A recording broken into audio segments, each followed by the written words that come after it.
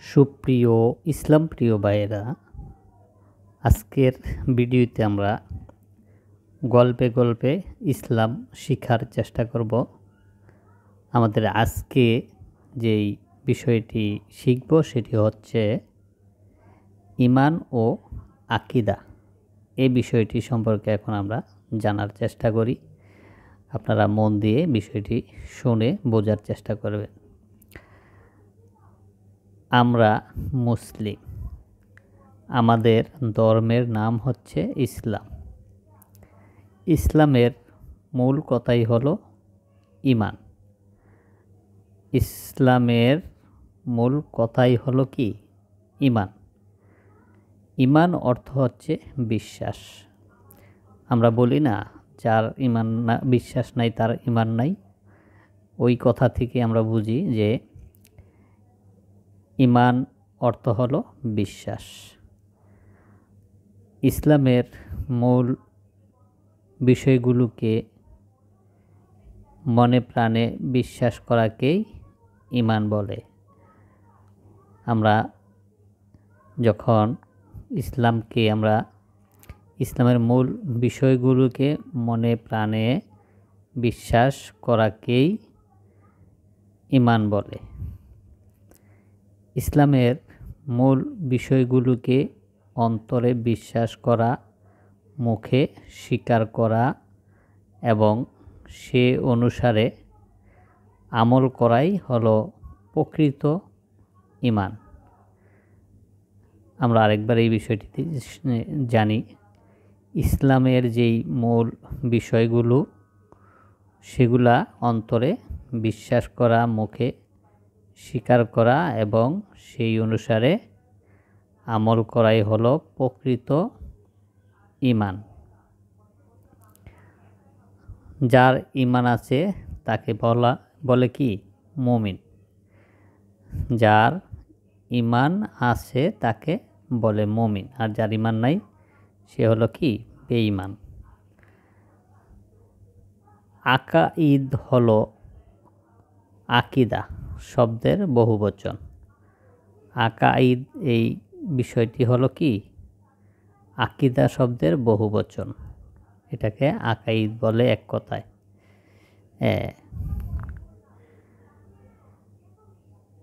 আকীদা অর্থ হলো বিশ্বাস। আকীদা মানে কি? আকীদা অর্থ হলো বিশ্বাস। যে যার আমল আকীদা বলি না আমরা, এইরকম আকীদা অর্থ হচ্ছে বিশ্বাস। আর আকাঈদ মানে বিশ্বাসমালা। একজন মুসলিমের ঈমান ও আকাঈদ বিশুদ্ধ হওয়া প্রয়োজন। একজন মুসলিমের কি? ঈমান ও আকীদা বিশুদ্ধ হওয়া প্রয়োজন। এখন আমরা আরেকটি বিষয় জানব, সেটি হচ্ছে মহান আল্লাহর পরিচয়। আমরা মানুষ, আমরা নিজে নিজে সৃষ্টি হইনি। আমাদের সৃষ্টি করেছেন মহান আল্লাহ। কে সৃষ্টি করেছেন? মহান আল্লাহ। আমরা যে পৃথিবীতে বাস করছি তাও নিজে নিজে সৃষ্টি হয়নি। এ সুন্দর পৃথিবীও সৃষ্টি করেছেন আল্লাহ তাআলা। আমাদের জন্য যা যা প্রয়োজন সেসবও তিনি সৃষ্টি করেছেন। আমরা বেঁচে থাকার জন্য যেই জিনিস প্রয়োজন সেগুলোকে সৃষ্টি করেছেন মহান আল্লাহ। কত বিশাল এই পৃথিবী! কি? এই পৃথিবীটা অনেক বড় বা বিশাল। এতে আছে পাহাড় পর্বত, নদী নালা, খাল বিল ও গাছপালা। আছে নানা রকম ফল ফলাদি ও ফুল ফসল। আরও আছে নানা রকম পশু পাখি ও জীব জন্তু।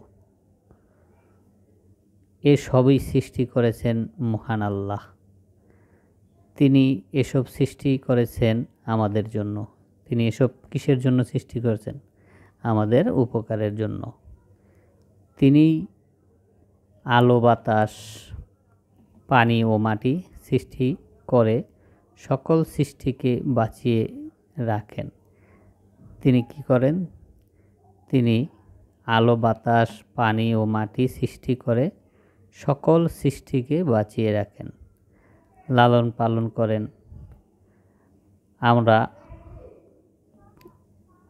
আমরা জাতীয় কবির সাথে কণ্ঠ মিলিয়ে বলবো,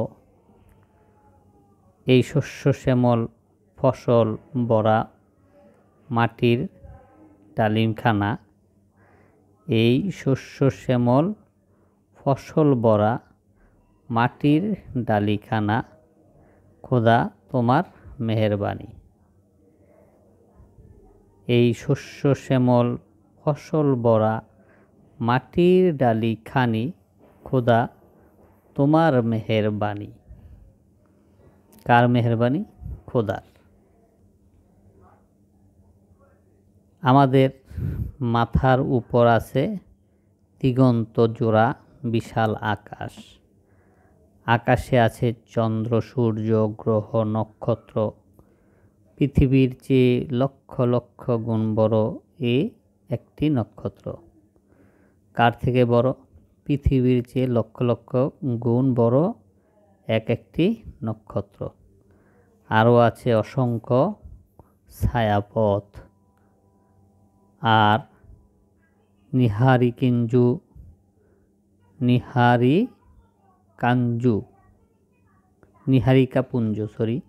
এখানে আরও আছে নিহারিকাপুঞ্জ। এক সময় এইসব কিছুই ছিল না। এসব কে সৃষ্টি করেছেন? এসবও সৃষ্টি করেছেন মহান আল্লাহ। তিনি এসব শুধু সৃষ্টি করেননি, অত্যন্ত সুন্দরভাবে রক্ষণাবেক্ষণও করেছেন এবং সুন্দরভাবে পরিচালনা করছেন। তিনি সকল সৃষ্টির মালিক, তিনি সর্বশক্তিমান। তিনি কি? তিনি হলেন সর্বশক্তিমান।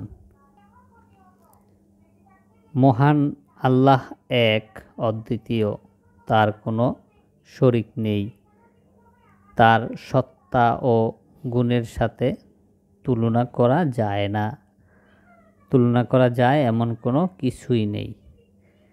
কি?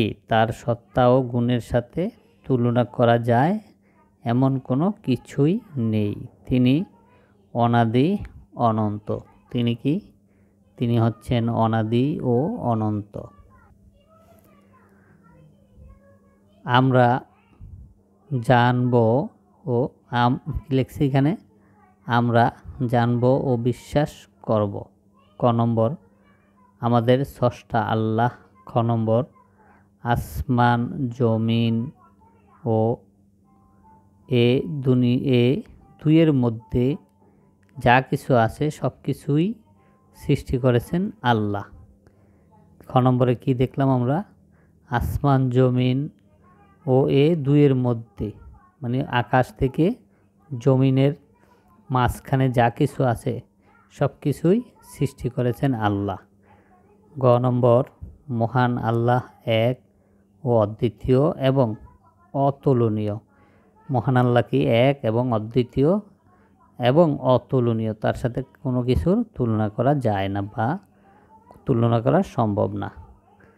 তার কোনো শরিক নেই। তার সাথে কি? তার কোনো শরিক নেই, বা অর্থাৎ তার মতো আর কেহই নেই। পরিকল্পিত কাজ। আল্লাহ তাআলার পরিচয় শিক্ষার্থীরা সংক্ষেপে নিজ নিজ খাতায় লিখবে।